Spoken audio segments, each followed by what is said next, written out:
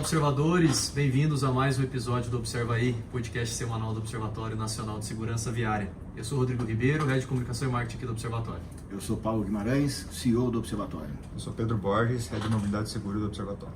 Temos uma mudada aqui hoje, né, Paulo? Novo layout. Novo layout do episódio. Último episódio de 2023. Não? Semana que vem tem outro. Tem, vai fazer? Vamos fazer.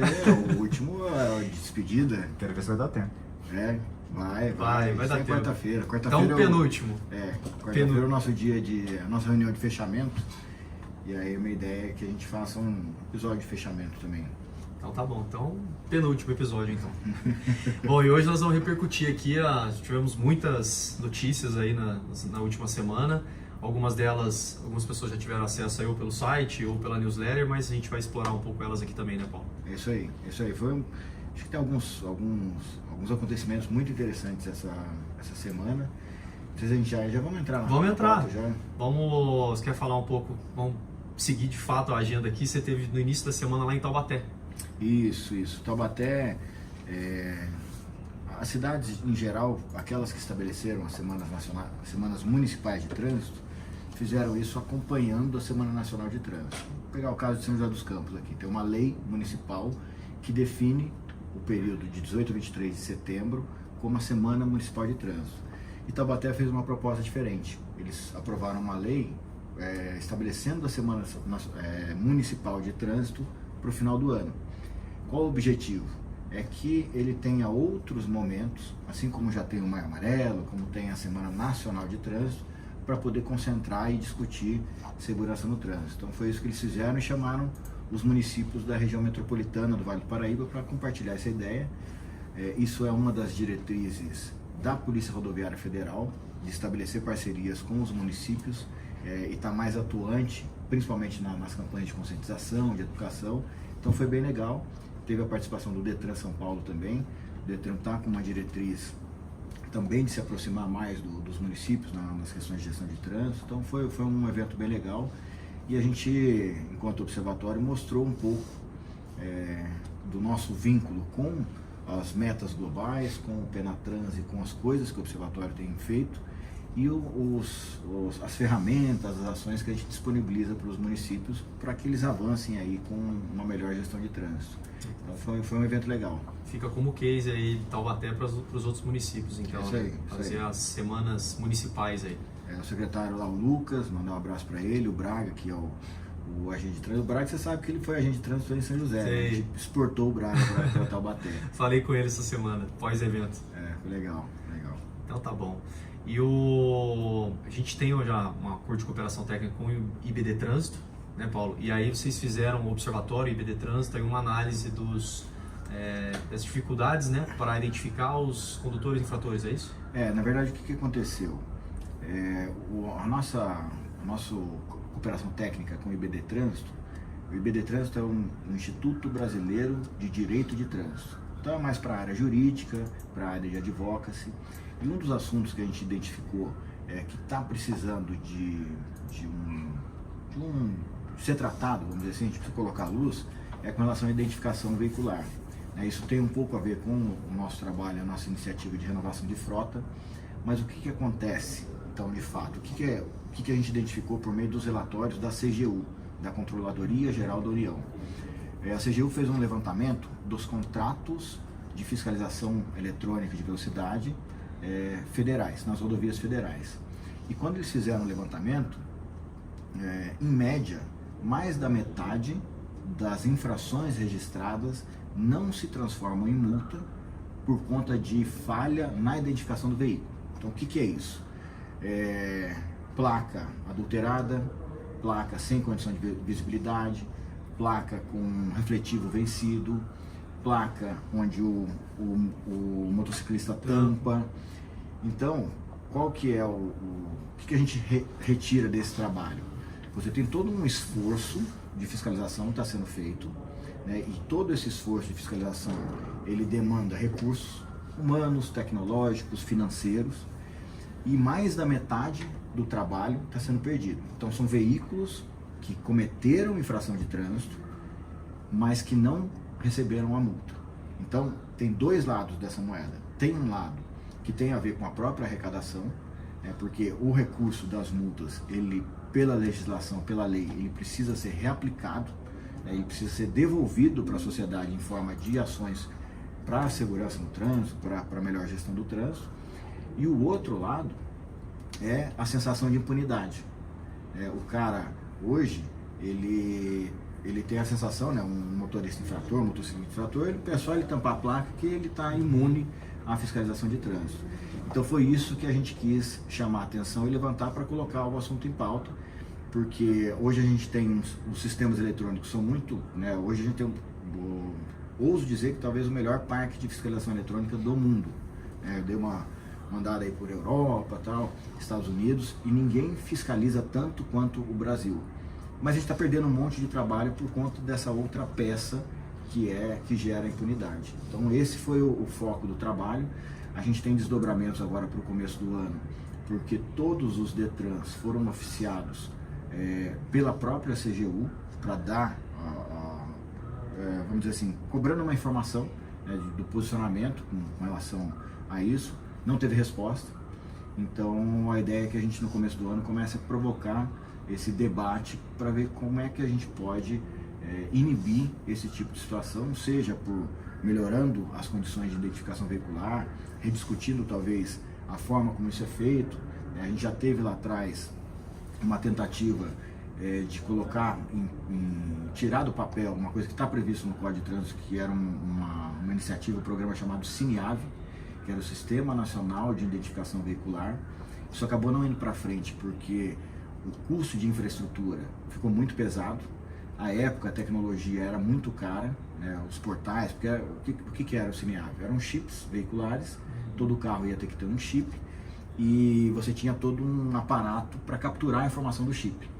Hoje virou os tagzinhos sem parar, são todos passivos, custo baixo, custa centavos. Então talvez seja uma das formas. Uma das formas. Discutiu-se muito na revisão do formato da placa de identificação no modelo Mercosul. O observatório até atuou porque no modelo Mercosul a primeira regulamentação estava saindo, você tinha que ter a bandeirinha do município e aí você perdia totalmente a função de padronização das placas. Mas é um assunto que a gente precisa discutir. E a outra parte é a gente ter uma intensificação no processo de fiscalização em loco, lá na via. Então a gente está envolvido num trabalho que até o Pedro está como coordenador, mas isso ficou para o segundo semestre do ano que vem, um acordo de cooperação técnica com a ABCR, que é a Associação Brasileira de Concessionárias de Rodovias, e está na nossa missão, junto com a Polícia Rodoviária Federal, fazer uma revisão do processo de fiscalização. E uma das coisas que a gente quer pontuar nesse processo é justamente você ter, e a Polícia Rodoviária Federal já é bem estruturada nesse sentido, mas ter a partir da Polícia Rodoviária Federal um benchmark de fiscalização. O que é isso? Não importa muito quantos veículos você multa, mas importa muito quantos veículos você fiscaliza. Então, vou pegar um exemplo de uma lei seca. Não multar ninguém numa lei seca é ótimo, desde que a gente fiscalize bastante gente. Então precisa ter uma regularidade, a gente precisa criar um indicador que relacione talvez fluxo veicular com quantidade de blitz realizadas, enfim, aí é um trabalho que vai ser pensado ainda. Mas é isso, então isso é um dos links com esses temas que a gente está trabalhando. Difícil resolver, hein? Difícil. A gente não tarefa difícil, mas eu não gosto de tarefa fácil. No observatório a gente é assim, a gente gosta de pegar os mais difíceis para fazer. Mas assim, há bastante tempo já, alguns anos já que isso acontece, que existe essa dificuldade, ou quando que foi identificado isso? Esse levantamento da CGU é de 2018, tá? Não mudou muita coisa, a gente fez alguns levantamentos com municípios. A CGU levantou rodovias federais. A gente pegou alguns relatórios que a gente conseguiu ter acesso de municípios e é mais ou menos a mesma coisa. Você tem uma diferença, às vezes, em determinadas regiões. Então, assim, regiões que a gente percebe que tem uma cultura de segurança um pouco mais atrasada, tem menos fiscalização, cidades que as pessoas não usam capacete de jeito nenhum. A gente vê isso algumas regiões interioranas e tal, então você vê que a incidência é maior. Então esses números chegam, dependendo da região, a 70% de perda do esforço de fiscalização. Então, mas é uma coisa que já vem sendo discutida já desde 2018 e a gente entendeu que é hora de dar um chacoalhão nesse assunto aí para ver se ele avança. Legal. Vamos passar um pouco para o Pedro aqui. Essa semana a gente teve aí um anúncio importante, né, da OMS com o relatório, a quinta edição, né, do relatório global de segurança viária. E aí, Pedrão, o Pedro que foi responsável por fazer uma análise preliminar ali, né, Paulo? E já está inclusive no site. Não era nem análise, foi um resumo dos principais resultados. A OMS lançou esse novo relatório global da situação da segurança no trânsito mundial. Lançou agora na quarta-feira. Fazia 5 anos que eles não saíam. Então a gente estava aí com 5 anos de defasagem de um diagnóstico global, comparação entre os países membros da OMS. E é um relatório bem extenso que ainda tem muita coisa para analisar. Inclusive eles não lançaram tudo ainda, tem algumas fichas dos países que vai ser legal de analisar depois também. Qual que foi o período da terceira edição para a quarta? Foi mais ou menos esse? Foi mais ou menos 5 anos. É. Foi de 2013 para 18. Mas vocês acham agora que 18 para 23. Deveria ser qual periodicidade? Anual? 5 anos, eu acho que eu acho que eles não dão conta de fazer mais rápido. É. Porque eles têm que estimar mortes do mundo inteiro, de todos os membros da OMS. É difícil, assim, você pega o relatório, a gente se aprofunda mais nos dados que a gente tem acesso, que estão mais próximos, aí você pega o relatório, assim, no primeiro momento você fica até, putz, não tem tanta coisa assim no relatório, mas se você for ver a dificuldade que é elaborar um relatório desse, né, se a gente aqui, nas cidades do entorno, já não consegue ter o acesso à informação de forma correta, você imagina. Acho que são 178, Pedro, países signatários, acho que era alguma coisa assim, 170, 180, então é muito difícil, muito difícil.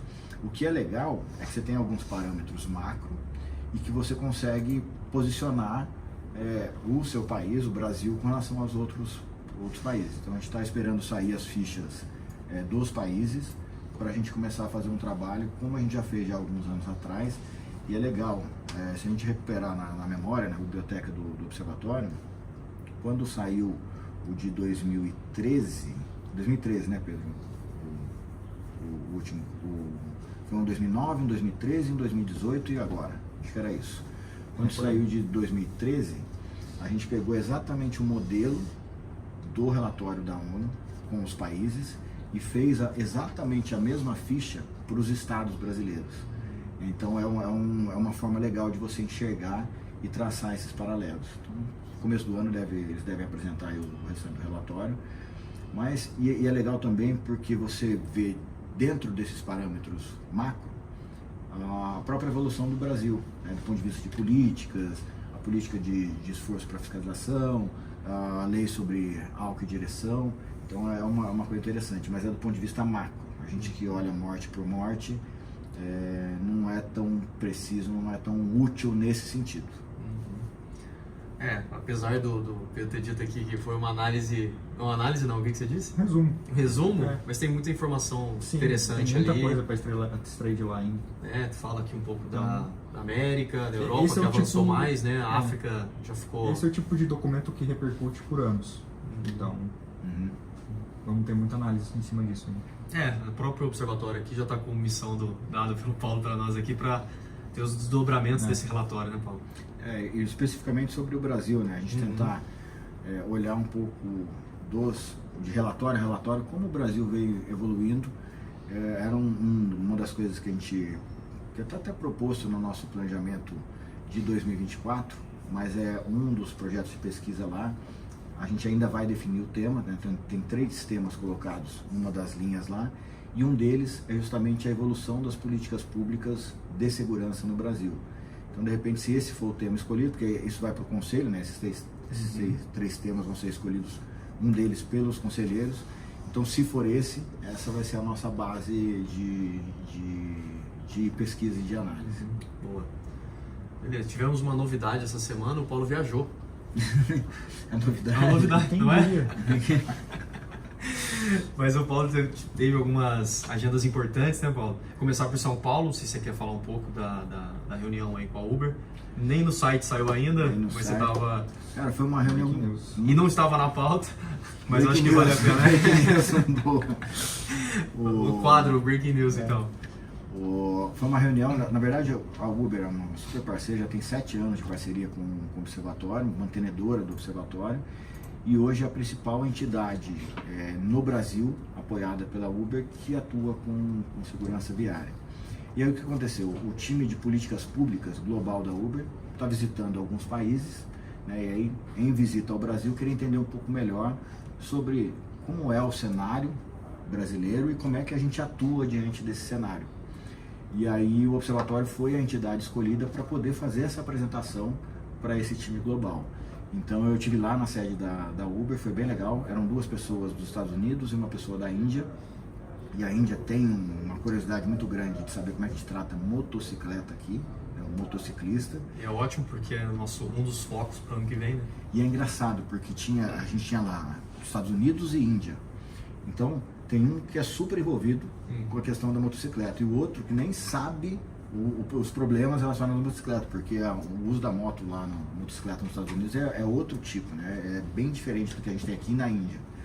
Mas foi legal, assim, a gente conseguiu mostrar que o Brasil tem capacidade técnica, não só governamental, mas também da sociedade civil de contribuir para esse assunto, e acho que a gente conseguiu causar uma boa impressão, né? Principalmente porque a gente tem hoje desenvolvido e gerido pelo Observatório o Movimento Maio Amarelo, que é a maior ação de mobilização social do mundo, que se tem notícia, né? Não tem notícia, ninguém nunca conseguiu fazer uma mobilização em torno deste tema, desse tamanho. E como a gente tem no nosso calendário do ano que vem toda uma diretriz de internacionalização do movimento, pode ser que essa reunião se desdobre num apoio maior para esse processo de internacionalização. Então foi bem legal, foi super positivo, eu saí super bem impressionado, escrevi mais material, levei pouco material do trabalho, eu quero mais, a gente manda ela para a Índia lá. Legal. E aí de São Paulo você foi para Brasília? De São Paulo direto para Brasília. Uma hora, será que a gente vai ter um jatinho particular? Brasília daquele jeito, vou pedir pra Leila lá, presidente do Palmeiras, se ela compra um jatinho. Vou comprar patrocínio um jatinho. Vê se o Ramalho faz o meio de campo lá, o Ramalho palmeirense. É verdade. Mas eu fui pra Brasília. Brasília muito movimentado. Nosso aeroporto de Brasília está parecendo a rodoviária do Tietê. Assim, impressionante. O que está acontecendo, né? Parte política, né? Tá fervendo. Estava tendo a sabatina do Flávio Dino pro STF, aí tava um protesto, aquele jeitão Brasília de ser. Mas foi legal, porque aí a gente teve algumas reuniões, né? Então estamos avançando aí com a Agência Nacional de Transporte Terrestre, nas cooperações que a gente está fazendo. Tivemos a reunião com a Secretaria Nacional de Trânsito, já para fazer o briefing do Maio Amarelo do ano que vem, e alguns eventos acontecendo. Então na parte da manhã quarta-feira. Parte da manhã da quarta-feira teve o lançamento do programa Rodovida e ficou meio confuso assim para o próprio Fernando de noticiar, porque existe a Operação Rodovida, que é da Polícia Rodoviária Federal, que é executada todo ano, é uma operação super legal. Eles vão para as estradas, intensificando fiscalização e tal. Na nova composição da Senatran, a Maria Alice, que era a diretora-geral da Polícia Rodoviária Federal na época da instituição do Rodovida, levou esse conceito para a Senatran. Então hoje a gente tem o programa Rodovida, que é gerido pela Secretaria Nacional de Trânsito, que tem como papel um conceito semelhante ao do Maio Amarelo, porque a ideia do programa Rodovida é juntar poder público, sociedade civil e iniciativa privada para debater trânsito, enfim, fazer aquelas mobilizações, e eles disponibilizaram uma ferramenta igual ao do Maio Amarelo, de envio de ações. É um Power BI, que você consegue no mapa de calor, ver as ações que estão acontecendo no Brasil, filtrar lá por tipo de órgão e tal. Então isso é o programa Rodovida que foi lançado. Já tem alguns pilares Penatrans e tal. E a gente tem, agora na terça-feira, a Operação Rodovida da Polícia Rodoviária Federal, que o Observatório vai estar presente no lançamento também, a Bianca, que é a nossa observadora certificada, porque o lançamento vai ser lá em Salvador.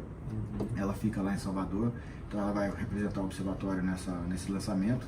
Então o que a Polícia Rodoviária Federal faz? Ela pega todo o mapa estatístico, E hoje, a gente tem, né, acho que talvez seja a melhor base estatística que a gente tem hoje é da Polícia Rodoviária Federal. Referência, mais atualizada e tal. Então, o que eles fazem? Isso é super legal. Eles pegam por trecho de rodovia, por trecho de delegacia, né, por administração, olham a estatística e aí fazem o direcionamento da fiscalização de acordo com a estatística daquele local. Então, num determinado trecho tem uma incidência maior de excesso de velocidade, por exemplo. Então, o foco vai ser fiscalização de velocidade, nos horários em que tem mais excesso. Então, você tem uma blitz acontecendo às 9 da manhã no Rio Grande do Sul e umas 11 da manhã lá na Bahia, porque elas têm direcionamentos diferentes. Então, isso é uma coisa que a gente sempre defende, né? Ter um bom diagnóstico para poder aplicar a vacina certa para a doença certa. E a Polícia Rodoviária está de parabéns, é sempre um exemplo para a gente, a Polícia Rodoviária Federal. E a operação começa agora e vai até o Carnaval, não é isso? Isso, de agora até o Carnaval, esse período de festas, de verão. O Estado de São Paulo está lançando também a Operação Verão, começa essa semana também. Então é um direcionamento legal. Isso foi na parte da manhã.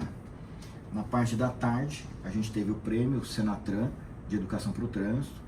Então, lá na categoria 10, a RP Mob, em parceria com a escola do município, receberam o prêmio, tendo o programa Educa, o Observatório Educa, como projeto principal. Então, eu tenho brincado que é o tricampeonato do Educa, porque o Educa já ganhou o prêmio já em 2021, em 2022 e agora em 2023. Então, teve essa cerimônia, foi bem legal. Prêmio em dinheiro para a turma também, que isso é um diferencial dessa cerimônia.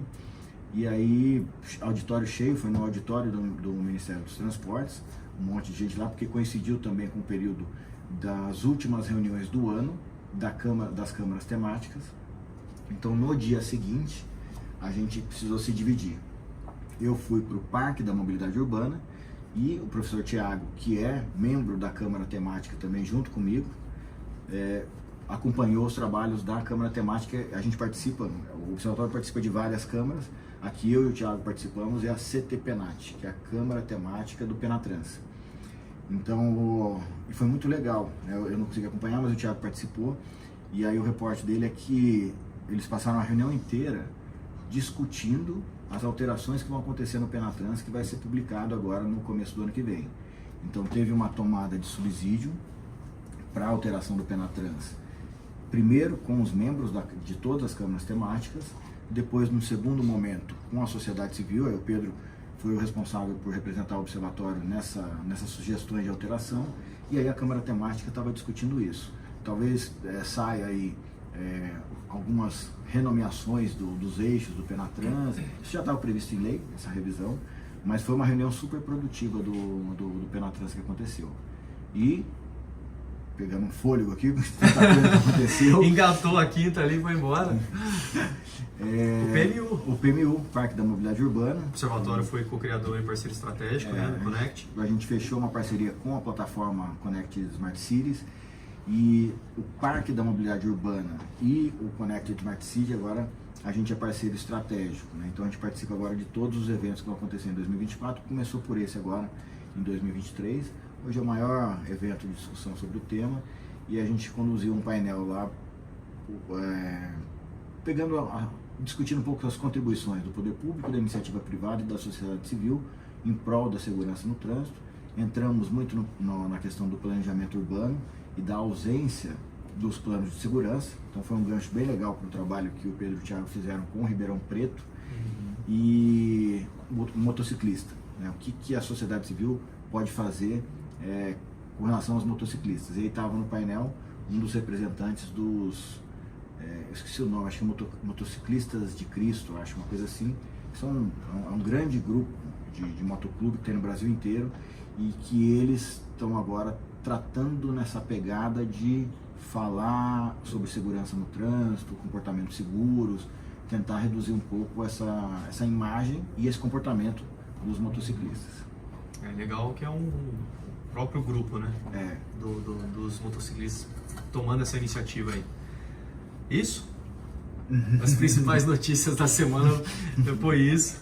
Tivemos outras também, né? Fica o convite aí para que todos acessem o site e fiquem por dentro das outras notícias do Observatório. Essas foram, se não todas, as principais aí dessa semana. Posso comentar uma? Sim. Rodrigo participou da audiência pública. Isso. Como é que você não dá essa notícia? Eu tinha esquecido. Não, e ele participou pertinho da câmera, assim, eu só vi o nariz dele na audiência. Não, o nariz sempre parece mais, não tem jeito. Mas fala aí, como é que foi a sua primeira audiência pública na Câmara dos Deputados? Foi legal, foi interessante, foi rápido. Tinha lá os representantes da Senatran, do Ministério da Saúde. Foi legal porque foi um requerimento. A audiência aconteceu por meio de um requerimento, né, de um dos deputados, Juninho do Pneu. E foi interessante. O mais interessante que eu achei da audiência, a gente discutiu lá o 2789, né, o projeto de lei aqui apoiado pelo Observatório para redução da velocidade padronizada das avenidas, né, de 60 para 50, mas a ligação que ele fez com o setor da saúde. Então a audiência pública teve também a participação de uma doutora, se não me engano, Daniela. Letícia. E ela trouxe muitos dados, né, que a gente sempre fala, né, a gente sempre faz essa ligação do setor da saúde com a segurança viária. Então eu achei mais interessante isso também. Então, além da discussão do projeto em si, da defesa do projeto, ter esse vínculo com a área da saúde, todo o impacto que gera na área da saúde. Então foi legal, foi interessante. Foi nervoso? Não. Eu ia ficar. Não. Eu fiquei, a primeira audiência pública que eu participei presencial. E eu tinha acabado de entrar no observatório, tava um quebra-pau por conta dos simuladores de direção. Aí o observatório foi chamado para participar da audiência pública, e o Ramalho falou, vai lá você. Eu sei que é o técnico, né? Vai lá você. E eu, cruzão, né? Tinha acabado de chegar no observatório, fiquei nervoso. Nossa senhora, fiquei nervoso. Não, assim, o clima ali tava tranquilo também, então eu não acho que por isso também. E online dá uma ajudada também, né? Dá uma ajudada. Tinha um colega da WRI também participou online e eu. Foi o Bruno Rizon? Bruno. Então foi bom. E por que você não pôs isso na pauta? Você esqueci. Esqueceu? Não saiu no site, né? É verdade, você não noticiou. Pô, tinha que noticiar isso aí. Falha. Não noticiamos isso. Sempre você, né, Rodrigo? Próximo, vamos pegar mais no seu pé. Vamos entrar agora na agenda da próxima semana. O ano ainda não acabou para o Observatório, né? Temos um webinar importante. Terça-feira. O Pedro tem conduzido aí os webinars, a gente tem conseguido manter um por mês. Dessa vez houve uma pequena falha, porque eu sempre tentava fazer na última segunda do mês. Mas tá bom. Passamos para terça. Quase. Mas terça não é um dia melhor, Pedro? Porque você tem um dia útil antes ainda para alguma confirmação. É que nem estudo de tráfego, tem que fazer de terça a quinta. Boa. Mas e aí? A gente vai falar sobre um estudo que o Marco Antônio, ele ainda é membro do grupo de pesquisa do Observatório, mas ele estava como aluno de iniciação científica, não está mais. É um trabalho que ele fez em autoria com o professor Thiago, que tira um retrato de como está a situação do RENAEST atualmente.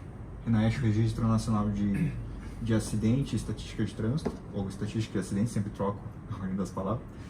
E eles fizeram essa análise de completude dos dados para mostrar qual que é a situação, principalmente entre os diferentes estados. Então tem estados que conseguem manter ali uma boa regularidade de envio dos dados e tem estados que não. Então a ideia do trabalho é mostrar esses resultados e eles vão usar o webinar dessa terça para comentar sobre isso. E como todo webinar, a gente depois publica, né, um relatório, enfim, publica um documento referente ao webinar. Então já vai estar disponível assim que encerrar o webinar. Eu estou aqui na correria para terminar o relatório, mas já temos um trabalho publicado sobre isso. Na Rio de Transporte, semana passada, o Marco já apresentou esse artigo que foi publicado lá. Então vai ser legal não apenas o relatório, já vai dar para a gente publicar também o artigo. Também, eu acho que a ideia é depois fazer uma notícia completona, com a apresentação dele no congresso e a apresentação do webinar.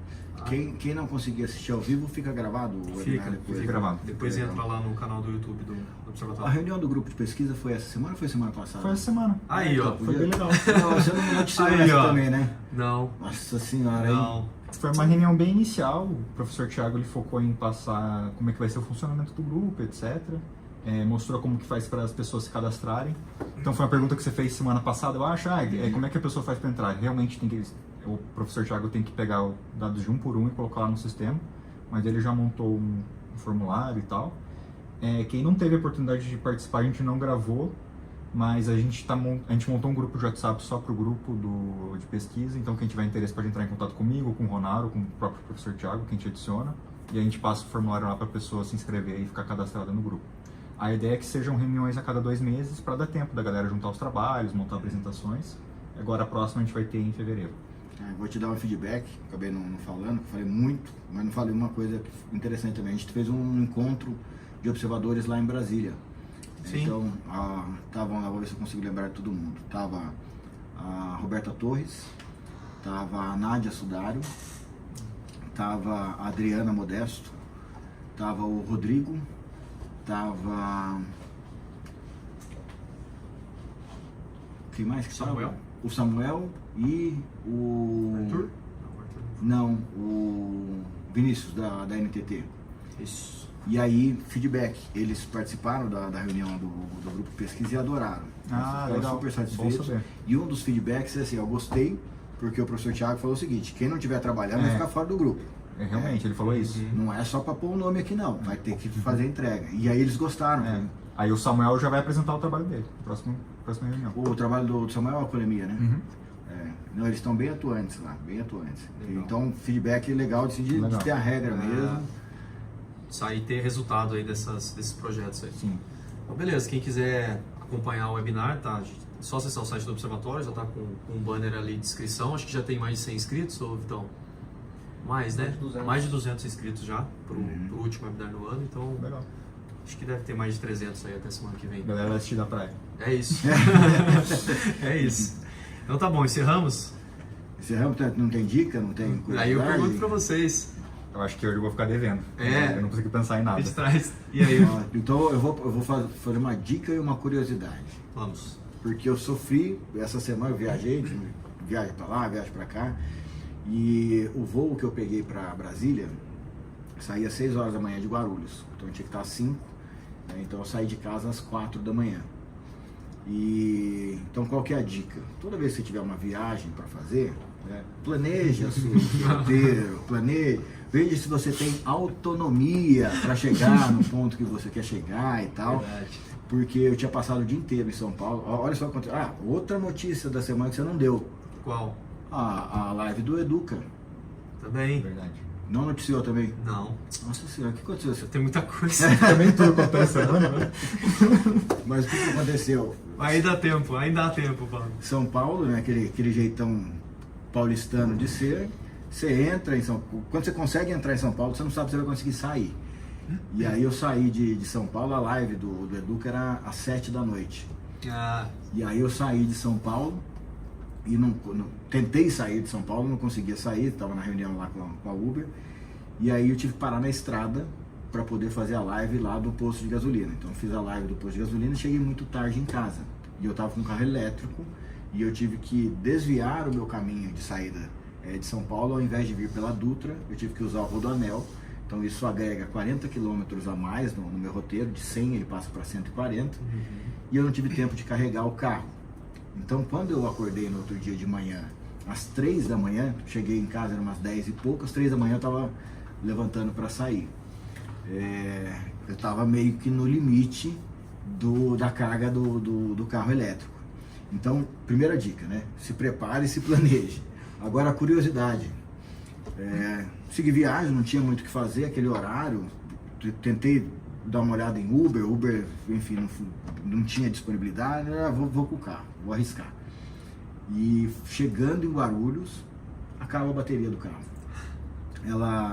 Eu tinha uma folguinha de uns 30 quilômetros no meu trajeto, mas eu acho que meio que tá não sei se isso existe no carro elétrico, mas a bateria é meio viciadinha. Sabe quando ela começa a baixar mais do que... Muito rápido. Normal, muito rápido no finalzinho da carga. A hora que deu 15 km de autonomia, ele cortou a aceleração. E eu na Dutra, naquele trecho ali de acesso ao aeroporto de Guarulhos, que não tem nem acostamento. Eu falei, meu Deus do céu, o que eu vou fazer aqui? Esse horário não tinha nem suporte operacional. Eu vou perder a viagem, vou perder o evento. Então a curiosidade. Comecei a explorar a telemetria do carro, né, o computador e tal, e eu descobri que você tem um tanque reserva de bateria no carro elétrico. Então essa é a curiosidade, porque eu não sabia, eu falei, como é que eu vou me virar aqui? E aí no carro que eu tava, ele tem lá você tem 2 modos de direção, o Eco e o Sport, e aí tem a ver com potência e consumo, e aí tem um Eco Mais. Aí eu entrei lá, energia do carro, tentar descobrir algum jeito aqui, sei lá, puxar a energia do farol para tentar andar mais um pouco, e aí tinha lá o Eco Mais, 50 cargas restantes. Eu falei, eu vou usar uma carga dessa para ver, e aí eu consegui usar esse golinho a mais para conseguir chegar no aeroporto e colocar o carro para carregar. Então, a curiosidade é que o carro elétrico também tem tanque reserva. Boa. Boa. Essa eu não sabia. Eu também não. Graças a Deus que eu aprendi ali naquele momento. Então, beleza. Encerramos aqui mais um episódio. Então, semana que vem teremos o último episódio do Observa aí do ano. Gostaria de agradecer a toda a nossa rede, aos mantenedores do Observatório, a Braciclo, a Anfávia, CNTC, Senat, ITL, né, Sistema Transporte, o Plus, a Gringo, iFood, Ipiranga, Mobilidade Estadão, Raizen, Uber, Veloy Vibra, aos 536 observadores certificados. Tivemos a última reunião do ano. Que você não noticiou também? Não, mas essa gente é interna, essa é interna. E agradecer, né, a todos os observadores, a todas as empresas, prefeituras e entidades da Laço Amarelo, as Cadeireiram Educa e a todas as instituições que mantêm cooperações técnicas aqui com o Observatório. Valeu, pessoal, até o próximo episódio. Valeu, pessoal, até a próxima. Valeu, galera, até a próxima.